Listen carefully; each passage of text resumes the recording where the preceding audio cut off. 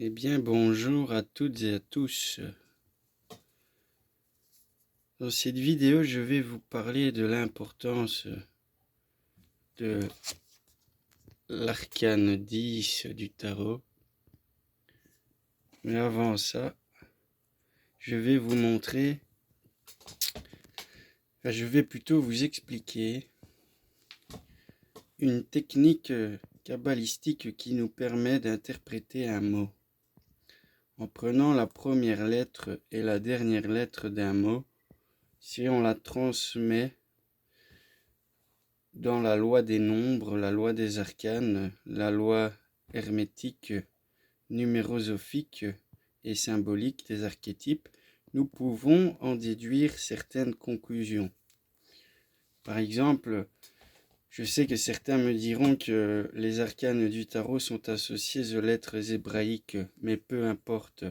Dans cette méthode que nous employons, nous employons donc l'alphabet de 26 chiffres, de 26 nombres.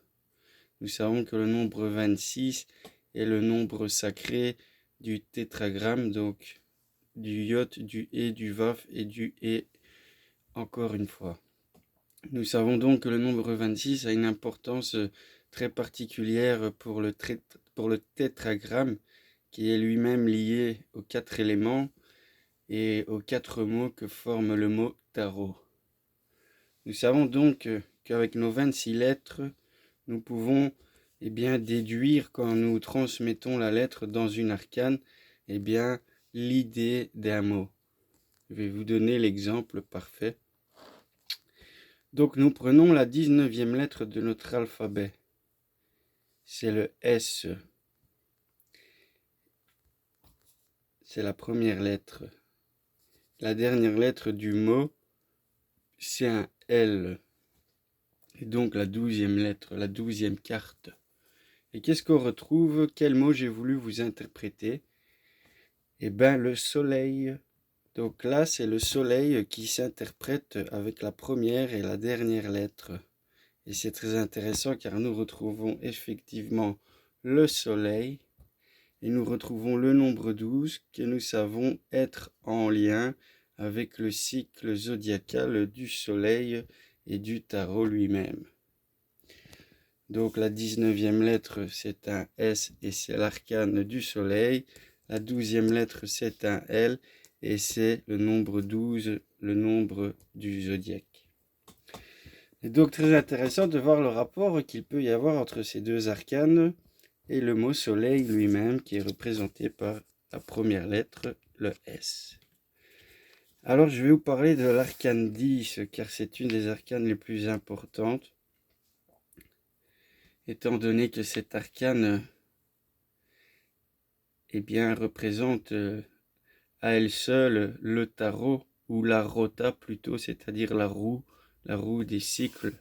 Le nombre 10 est dit comme le nombre cosmique, car c'est l'union du 1 et du 0, ou du phallique et du féminin, donc du masculin et du féminin.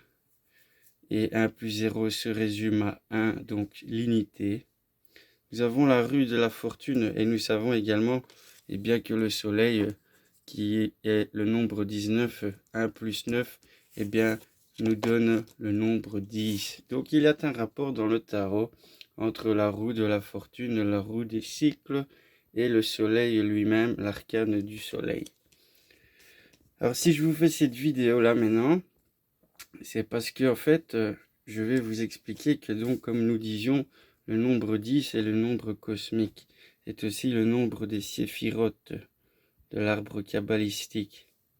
C'est donc le nombre du plein potentiel universel, car il se résume à l'unité.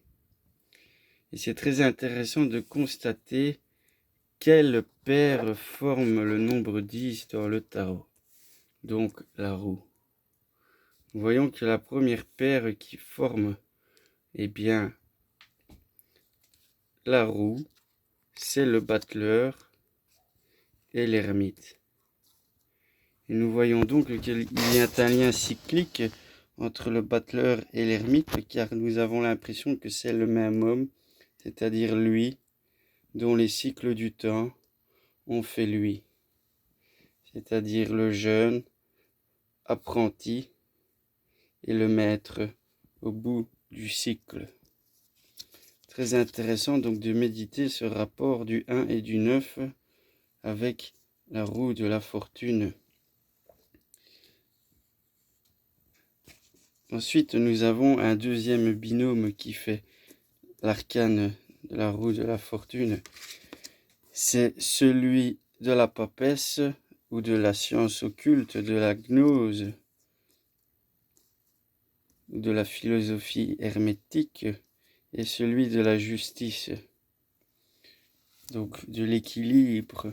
C'est ainsi aussi la loi, l'arcane de la loi du karma, l'arcane du samsara. Et si nous réfléchissons à l'arcane du karma et au cycle du samsara, nous retrouverons également la roue de la fortune. Donc la roue des cycles, des involutions et des évolutions. Il y a donc un rapport avec l'équilibre et la réception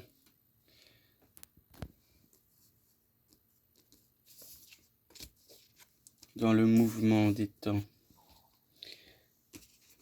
Alors la troisième paire, c'est intéressant car c'est celle de la Dame du ciel de l'Apocalypse, la Vénus Uranie, ou l'intelligence créatrice qui se met en mouvement avec le septénaire qui représente aussi les 7 cieux ou les 7 planètes, les 7 plans de l'homme. Nous avons donc la Trinité et le septénaire. Très intéressant d'y voir une dame avec une couronne d'étoiles et un homme avec une couronne d'étoiles également. Nous voyons donc que si cela représente l'intelligence qui s'exprime et que si cela représente le mouvement et la progression, nous voyons donc que l'intelligence est une progression qui se résume dans les cycles.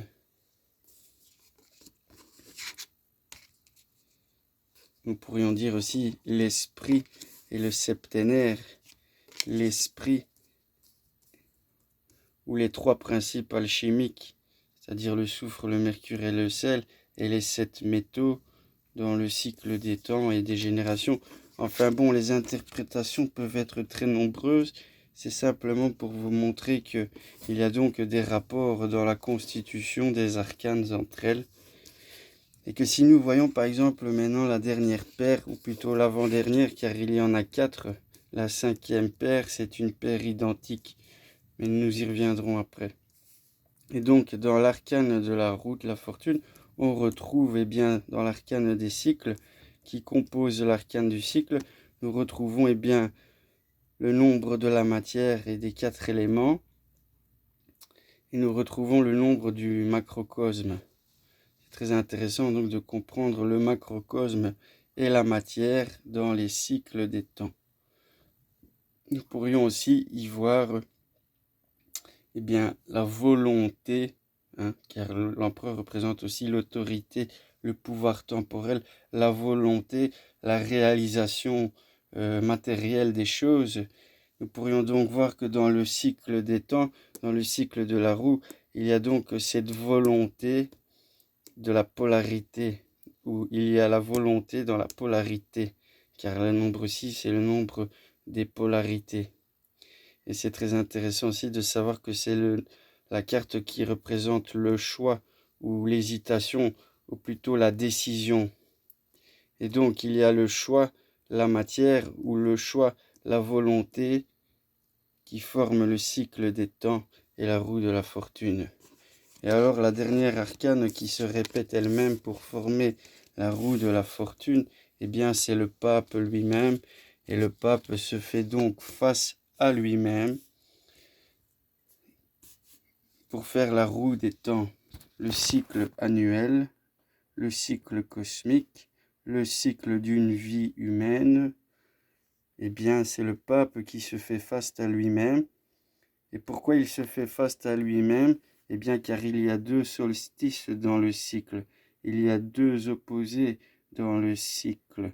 Il y a l'involution et l'évolution, il y a la matérialisation et il y a la spiritualisation. Et comme lui tient les deux clés, c'est-à-dire la clé d'en bas et d'en haut des cycles, la clé d'argent et la clé d'or, eh bien, il se fait face à lui-même dans la roue des temps et des cycles. Très intéressant aussi de savoir que dans l'année du cycle, le dieu Janus est représenté eh bien, par une double face. Et c'est très intéressant car nous avons ce même symbolisme avec le Vatican et les deux solstices de Saint-Pierre ou les deux Saint-Jean, car nous avons la Saint-Jean d'été et la Saint-Jean d'hiver. Et donc nous voyons donc que le pape se fait face à lui-même pour former eh bien, la roue de la fortune et des cycles. Voilà, c'était qu'une simple petite vidéo, car je voulais vous montrer qu'en interprétant par la première lettre et la dernière lettre d'un mot, nous pouvons retrouver le sens d'un mot. Et nous avons donc vu que pour le soleil, eh bien, l'arcane était la 19e pour la première lettre, et qui est justement le soleil, et que nous voyons que la dernière lettre est un L et que ça représente le nombre 12 du zodiaque. Et nous savons donc que le soleil lui-même est un astre qui parcourt le ciel zodiacal, ou je dirais le ciel sidéral. Voilà, donc vous voyez que tout est lié et qu'il n'y a aucun hasard à l'agencement et l'ordination de certaines de ces cartes, bien que pour certains, il y ait des ordres différents et qu'au fil du temps, l'ordre a été tronqué.